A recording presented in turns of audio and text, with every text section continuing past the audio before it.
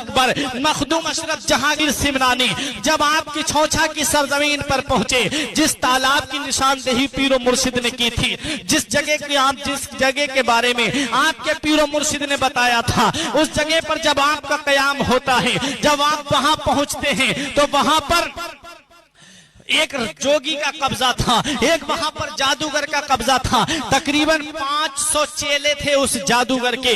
उससे जाकर के आपने अपने एक मुरीद को भेजा और फरमाया जाकर के उस जोगी से कहो कि ये जगह खाली कर दे। उस जोगी ने जब ये बात सुनी